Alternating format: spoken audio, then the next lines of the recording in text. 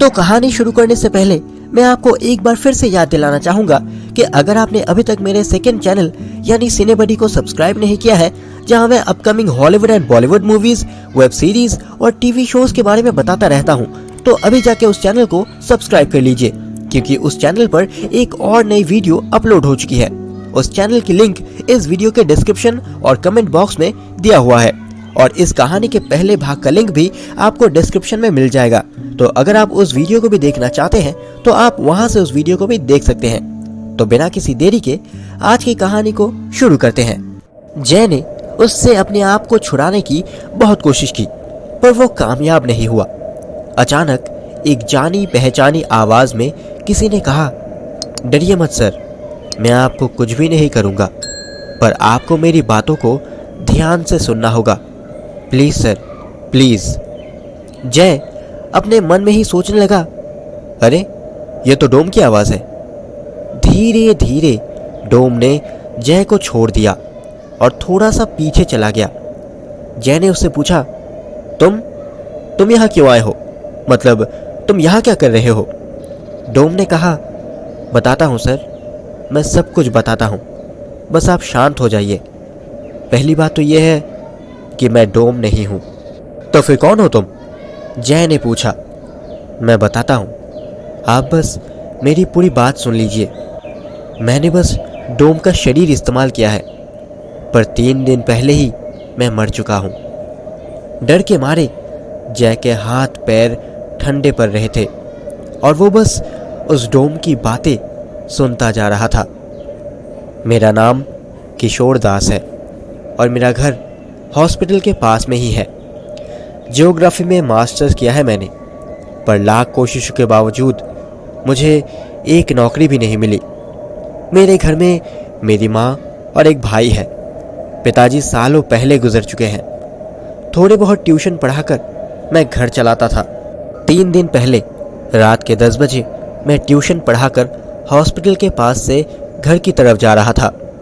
अचानक मैंने देखा कि कुछ लोग पीछे के दरवाजे पर एक लाश को लेकर कुछ कर रहे थे। मुझे थोड़ा शक हुआ। पास जाके देखा कि डॉक्टर दास और वो डोम एक लाश को कुछ लोगों को बेच रहे थे। शायद लावारिस लाश होगा, पर मैंने इसके खिलाफ आवाज़ उठाया। मैंने कहा, डॉक्टर साहब, आप ये सही नहीं कर रहे। मैं ये बात सबको बता दूंगा और यहाँ लोग इकट्ठा करूंगा। तब डॉक्टर दास और वो डोम मुझे धमकाते हैं। कहते हैं कि मुझे मारकर गायब कर देंगे और किसी को पता भी नहीं चलेगा। मैं तब वहाँ से भागकर पुलिस स्टेशन चला जाता हूँ। तब इंस्पेक्टर साहब अपनी नाइट ड्यूटी कर रहे थे। मैंने उन्हें जाकर सब कुछ बता दिया।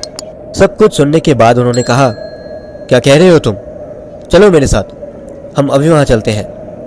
इतना कह के हम दोनों पुलिस की जीप में निकल पड़े। इंस्पेक्टर गाड़ी खुद ड्राइव कर रहे थे। कुछ ही देर में हम दोनों वहां पहुंच गए। जाकर देखा कि डॉक्टर दास और वो डोम तब भी वहां पर थे और लाश के दाम को लेकर नेगोशिएशन कर रहे थे। सब कुछ देखने के बाद इंस्पेक्टर ने तभी उन दोनों को गिरफ्तार कर लिया और जो लोग लाश खरीदने के लिए आए थे वो लोग दौड़ते हुए भाग गए। इंस्पेक्टर ने मुझसे कहा, तुम भी गाड़ी में आ जाओ, तुम्हारा घर तो पास ही में है, मैं तुम्हें पहुंचा दूंगा। मैंने कहा, उसकी कोई ज़रूरत नहीं है, मैं खुद ही चला जाऊंगा।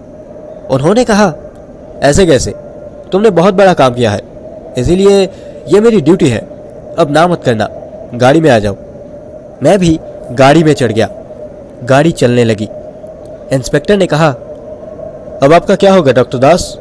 आप तो रंगे हाथों पकड़े गए हैं। डॉक्टर दास ने हंसते हुए कहा, अब तो लगता है कि उम्र कैद की सज़ा होने वाली है। इतना कह के वो तीनों ही एक साथ हंसने लगे। मैं थोड़ा सा हैरान हो गया। अचानक गाड़ी रोककर इंस्पेक्टर ने कहा, चलो बाहर आ जाओ, तुम्हारा ठिकाना आ गया। मैं ना समझ की तरह कहने लगा, पर मेरा घर तो यहाँ से अभी भी थोड़ी दूर है। डॉक्टर साहब ने कहा, किसने कहा कि तेरा घर आ गया है? ठिकाना आया है, ठिकाना, और वो है यमलोक। इतना कह के उन्होंने मुझे पीछे से जकड़ लिया। मैं बस चिल्लाने ही वाला था, पर डोम ने मेरा मुंह दबा दिया। इंस्पेक्टर ने गाड़ी से रस्सी निकालकर एक फंदा बनाया और उसे जबरदस्ती मुझे पहनाकर मुझे एक पेड़ से लटका दिया। उसके बाद सब खत्म हो गया। अगले दिन सुबह सबको ये पता चला कि मैंने सुसाइड किया है। गरीबी का बोझ ना उठा पाने की वजह से सुसाइड। मेरे माँ और भाई बेसहारा हो गए। मुझे मरने के बाद भी चैन नहीं मिला। मेरे अंदर बदले की आग जलने लगी कि जिन्होंने मुझे जिंदा नहीं रहने दिया उन्हें भी मैं जिंदा नहीं छोड़ूंगा। मैं उनमें से किसी को भी नहीं छोड़ूंगा। इतना कह के वो चुप हो गया। अब तक जय खड़े होकर उसकी सारी बातें सुन रहा था। उसकी बातें सुनकर जय का दिल बैठ सा गया। फिर जय ने कहा, तो तुमने वो दोनों खून किस तरह किया? किशोर फिर से कहने लगा, मैं जानता था कि डॉक्टर दास ही मेरा पोस्टमार्टम करने आएंगे, इसीलिए मैंने डोम के शरीर को कब्जा कर लिया। डॉक्टर के आते ही मैं उसे ख़त्म कर दूंगा, यही मेरा प्लान था। पर उस दिन मॉर्ग में आपको देखकर मैं थोड़ा हैरान हो गया था। सोचा कि आपको डरा के भगा दूं, तो फिर डॉक्टर दास वहाँ आएंगे, इसीलिए मैंने आपको पहले दिन डराया था। पर उस दिन डॉक्टर दास आए ही नहीं। मैं उस दिन से ही डोम के अंदर हूँ। अगले दिन जब डॉक्टर दास मेरा पोस्टमार्टम करने आए तब पहले मैंने उन्हें कुछ नहीं किया और उन्हें मेरा पोस्टमार्टम रिपोर्ट लिखने दिया, क्योंकि मेरे घर वाले मेरी लाश को एक आखिरी बार देखने का इंतज़ार कर रहे थे और पोस्टमार्टम के बगैर तो अस्पताल वाले बॉडी छोड़ने नहीं वाले। पोस्टमार्टम के बाद मैं उनके सामने गया और उनके कानों के पास जाकर मैंने कहा, इस लाश को नहीं बेचेंगे सर? इस लाश का अच्छा दाम मिलेगा आपको? तब डॉक्टर ने हैरान होकर कहा, ये क्या अनाप शनाप बके जा रहे हो डोम, और तुम्हारी आवाज़ इतनी भारी कैसे हो गई? उसके बाद मैंने कहा, मेरा चाकू और भी भारी है, देखना चाहेंगे? ये कहते ही मैंने अपने चाकू से उनके गले को चीर दिया।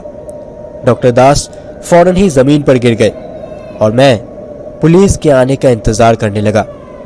मैं जानबूझकर वहां से नहीं भागा, क्योंकि मैं चाहता था कि इंस्पेक्टर मुझे पकड़े। उस दिन प्लान के हिसाब से इंस्पेक्टर मुझे लॉकअप में ले गए। मैं बस सही समय का इंतजार कर रहा था। रात के वक्त वो मुझसे पूछताछ करने के लिए मेरे लॉकअप में आए। वो अकेले ही आए थे। उन्होंने आते ही मुझसे पूछा, तूने सच में डॉक्टर दास का खून किया है? पर क्यों? क्यों मारा तूने उसे? मैंने धीरे से जवाब दिया, मैंने उसे मारा नहीं, सिर्फ उसे उसके ठिकाने पर पहुंचा दिया। उसके ठिकाने पर? ये तो क्या कह रहा है? और तेरी आवाज़ बदली हुई क्यों है? कौन है तू? इतना कह के ही वो शायद कांस्टेबल्स को बुलाने जा रहे थे, पर उसके पहले ही मैंने जोर से उनका मुंह दबा लिया और कानों के पास जाके मैंने कहा, आपने मुझे पहचाना नहीं? उस दिन मुझे मेरे ठिकाने पर पहुंचा दिया था आपने। मैं आपका उपकार भूला नहीं हूं सर, इसीलिए आज आपको भी आपके ठिकाने पर पहुंचा दूंगा। इतना कह के ही कमर से उनका बेल्ट निकालकर उस बेल्ट का फंदा बनाकर उसी से उनका गला दबाने लगा। उनकी आंखें लाल हो चुकी थी। थोड़ा छटफटाने के बाद वो शांत हो गए। जय अब उसके पास जाकर बैठ गया। अभी तक की कहानी सुनने के बाद जय के मन में डर के बजाय दर्द हो रहा था। जय ने कहा, पर तुम मेरे पास क्यों आए हो? मैंने तो तुम्हारा कुछ नहीं बिगाड़ा है। आपको मेरा आखिरी काम करना होगा सर। कैसा काम? और एक बात मुझे समझ नहीं आ रहा, तुम तो उन्हें यूं ही मार सकते थे, तो फिर इतना कुछ करने की क्या ज़रूरत थी? क्योंकि फिर सभी इसे एक हादसा या कोई पैरानॉर्मल एक्टिविटी समझते। पर अब देखिए सर, आज कोई इसे एक हादसा नहीं समझ रहा। सभी लोग इसे एक आम खून का केस समझ रहे हैं। इसीलिए ये आखिरी काम आप ही को करना होगा। अभी भी इस डोम का सजा पाना बाकी है। जिस पेड़ पे मुझे फांसी देकर मारा गया था, आज फिर से उसी पेड़ पर मैं इस डोम की फांसी दूंगा। और कल आप पोस्टमार्टम रिपोर्ट में इसको एक सुसाइड केस लिखेंगे, ताकि लोग ये सोचे कि डॉक्टर और इंस्पेक्टर का खून करने के बाद उसकी दिमागी हालत ख़राब हो गई थी और इसीलिए उसने अपने आप को फांसी लगा ली। जय ने कहा, पर वो तो वैसे भी सुसाइड ही करा दिया जाता। और मैं भी पोस्टमार्टम रिपोर्ट में सुइसाइड ही लिखता।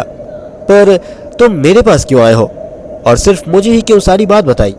किशोर ने कहा, रीजन है सर, आपको देखकर आप मुझे एक अच्छे इंसान लगे थे। दरअसल आत्माएं बहुत ही आसानी से लोगों की नीयत पहचान सकते हैं। मेरे भाई की इच्छा है कि वो पढ़ लिख कर एक बहुत बड़ा डॉक्टर बनेगा। क्या इस ख्वाब को पूरा करने के लिए आप उसकी थोड़ी मदद नहीं कर सकते? क्या उसकी पढ़ाई का खर्चा आप नहीं उठा सकते? वो लोग बहुत ही बेबस और लाचार हो चुके हैं। इतना कह के वो डोम सर झुकाकर और हाथ जोड़कर जय के कदमों के पास बैठ गया। जय ने कहा, ठीक है, मैं उसका सपना जरूर पूरा करूंगा। उसे उसके सपने की ओर उसका ये बड़ा भाई उसे ले जाएगा। डोम उसका शुक्रिया अदा करके खिड़की से नीचे कूदकर कहीं गायब हो गया। अगले दिन सुबह वो डोम सबको उसी पेड़ पर फांसी पर लटकते हुए मिला। 10 साल बाद। भैया भैया, आज मेरा फाइनल ईयर एग्जाम का रिजल्ट आया है। मैंने बहुत ही अच्छे मार्क्स के साथ क्वालिफाई किया है। आज मैं बहुत खुश हूँ। आज अगर मेरे किशोर भैया जिंदा होते तो वो भी बहुत खुश होते। और ये सब कुछ आपकी वजह से पॉसिबल हुआ है। आप भगवान है भैया, आप मेरे भगवान हैं।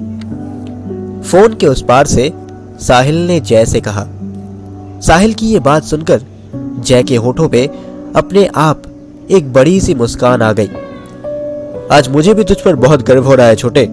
और मैंने क्या किया? सब कुछ तो तूने ही किया है। और तेरे किशोर भैया भी आज बहुत खुश होंगे।